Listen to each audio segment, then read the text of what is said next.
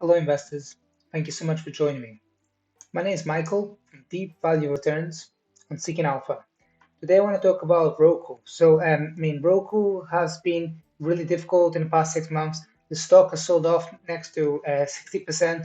So, gonna go through that. Gonna talk about one of the blemishes that I find looking at Roku, one of the negative aspects the investor should think about. Then I'm going to talk about what I do like about Roku and why I believe that right now the risk reward is really quite favorable. I'm going to unpick and dissect talking about Roku's platform business and why that's really cheaply valued right now. And if you remember, that's the high margin aspect of Roku that's really attractive. So I'm going to talk about all that. So I'm going to just jump right in if you don't mind. So one of the things I wanted to highlight, look, this is the past 6 months. The stock is down just brutally, just collapsed. And I mean, it causes a lot of investor anxiety. Anyone that's kind of come into the stock in the past 6 months, they're kind of holding a loss right now. And for investors, this is like, okay, I just want to forget this at any cost. I just want to put this aside, for start 22 with a new portfolio, new refresh coming in. And it's, it's that's how it is ultimately. We're kind of human creatures, and just it's becoming that kind of cycle and that investor psychology that you just want to kind of do away with that. And in fact, if you kind of think about it logically, the risk reward profile right now is really the best spin. Like, if we look back, let's say 12 months, a lot of people were kind of just buying Roku at any cost. It's like, oh, just dump in on Roku. But whereas right now, people are kind of like, okay, I'm going to just wait for a better time. I'm going to just kind of put some cash on the side and see how things work out. And it's actually the opposite. You should have back then, you should have been putting some cash aside. And that's done and dusted. You didn't do that. But right now is the time to kind of say, okay, from this point on, over the next two years, I think that the risk reward is really favorable. So one of the things I wanted to mention, so back in November, on the back of the Q3 results, I had written that having to pay 11 times forward sales doesn't leave new shareholders with a large margin of safety, that it's best to avoid the name for now. I also noted in that article that I said that I believe that the market has underreacted to Roku's near-term prospects. So I was kind of bearish the name, and people didn't like that. Obviously, people never like it when I bearish the name, and the stock sold off 35%.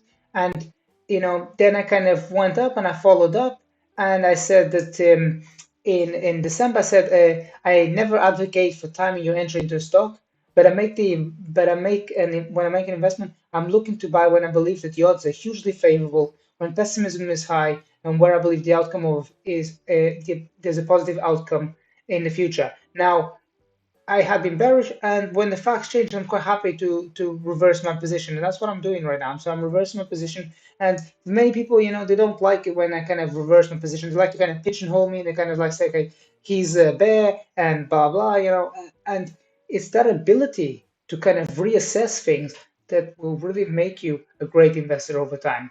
Um, so I just wanted to kind of mention that briefly.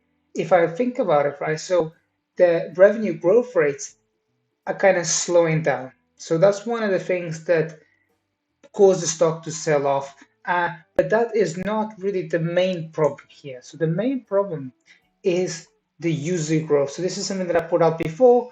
And if you think about it, so if we say that going into Q4, that the active user growth is going to reach approximately 62 million, that would mean there's kind of in the ballpark of 22-23% year-over-year growth rates, okay? So let me just compare that with Fubo's pre-announced Q4 results, okay?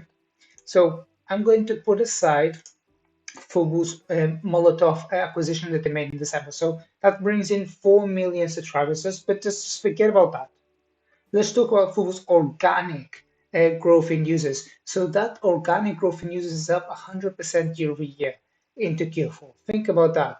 So you have, in the case of Fubo, subscribers paying Fubo $65 a month for access to Fubo's platform, and growth in users is triple digits. As I've often made the case, you should really focus on the growth, the user growth or the customer growth. That's often more insightful than looking at revenue growth in a quarter, because the revenue growth can be sometimes a bit bumpy, but you really that the strong movement in user or customer is really, really insightful. And in Roku's case, the free users are growing at approximately mid-20s. So it's kind of like, it gives you a bit of a comparison. And you may come back and say, okay, Roku is a much bigger business, a more mature business. But if that's the argument, then I would say, okay, if it's a more mature business, then it should get a more mature multiple too. But even then, I really disagree here. So as I mentioned already, I have no problem with reassessing things when and noting that in the past I have been bearish on Roku, but I also know that back in 2020 I was a shareholder here, so and I exited with upside. So I have no problem with kind of changing and being nimble. And in fact, I make the case that being a nimble investor is really what gives you an edge against huge and bigger hedge funds, because a hedge fund can't easily really change course. There's commitment bias because you have to kind of speak to board members and stuff, and and this career risk. You say, okay, I was wrong on this investment, man. That's you out. You're not going to be able to do that. So it's much easier to just remain entrenched. However, in your case, you're only accountable to yourself, and perhaps your second half. So it's you're a huge advantage there. And if we think about it, so Roku's revenues, 85% of it is from the platform. Okay, platform is the high margin business is really, really attractive. If the consensus for Roku is vaguely right, the revenue should reach approximately 3.8 billion this year. That implies that approximately 3.2 billion comes from the platform revenue. And that's pricing the stock right now at approximately 8 to 9 times sales, this year's sales. Now, as I noted, here's one of the biggest investment risks, right? The number of users needs to be growing at more than 15% year over year. If it doesn't, that's that's a big risk right there. On the other side of the equation, Roku has approximately coming into 60 million users. That makes it one of the biggest video advertising platforms. So by extension, it becomes a self-enforcing mechanism because the bigger the audience it has, the more pull it has, the more the streaming platforms have to be on the platform. So it becomes kind of like a virtuous circle. On the other side of the equation, I wanted to mention that if you think about it, so Roku's business needs to be growing at approximately 30%. Okay, so if it's not, for example, growing, if it grows down below 30% CAGR, that means that it's maturing. That means the multiple compress for the stock, and the stock would continue to sell. Now, just because I'm kind of turned bullish the name doesn't mean that it's right now the time to get invested in the stock, and it doesn't mean that right now the stock is just going to jump back up. The stock doesn't know that I'm making this video, so it's that ability to recognize that the market can remain irrational for a lot longer than you can remain solvent. You have to kind of slowly time your entry into these things. Now, you kind of get involved in this position and you kind of really slow it down. And over the next, let's say, 4 or 6 weeks, you kind of would consider adding more to the position, make it a really, really slow entry. So, and yeah, so I make, like, just to summarize everything, I make the case that the risk reward profile is really attractive right now.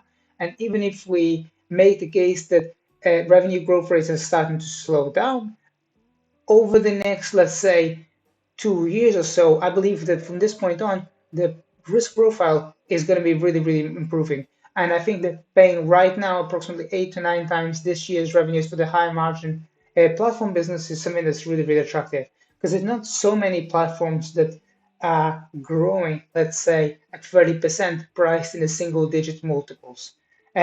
So I don't own any position here because I think that in my portfolio right now, there are even more attractive things. Fubo's one stock that I kind of already talked about that I do have a position. But yeah, so in the past 2 months, many stocks have sold off, and I think that with that in mind, my portfolio right now has even more compelling ideas. So if you want to find out what kind of names I'm investing in right now, don't forget to check our marketplace. It's called Deep Value Returns.